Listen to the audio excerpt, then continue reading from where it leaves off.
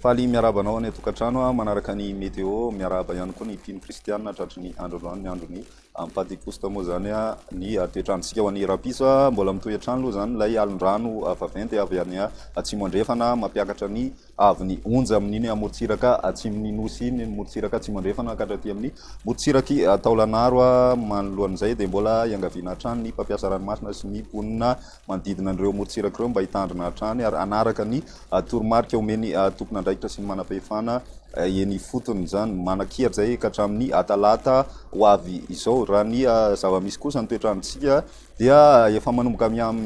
misy tsikelikely zany ny alizay raha ny aty amin'ny ilany atsinanany nosy fa ny rapiso izy io vao maika miamahazo ery hatrany zany vokatrizay dia ahitana fidinana hatrany koa ny amaripana ambony indrindra raha ny aty amin'ny morontsiraka atsinanana sy ny aty amin'ny atitan'ny Madagasikara zany ho an'ny rapiso izay toy izao ary ny toetrandrontsika ho an'ny rapiso vao maraina dia isy ny orana malefaka mety miatoato zay amin'ny faritra sasany aty amin'ny morontsiraka atsinanany nosy iray manontolo aty arahana herika zay any laotra mangoro sy ny ilany atsinanany Sofia ny ilany atsinanana Lamanga vakina karatra ny Moromania ary Otomatsiatra sy Orombe ihany koa dia andraona ny andro ho an'ny rapiso vao maraina maina ny andro ho an'ny faritra sisa ny apiso tolakandro dia mitoetrano aloha ny orana raha ny aty amin'ny morontsiraka atsinanany nosy aty mahazo an'izay ny morontsiraky ny Analanjorofo atsinanana vatovavy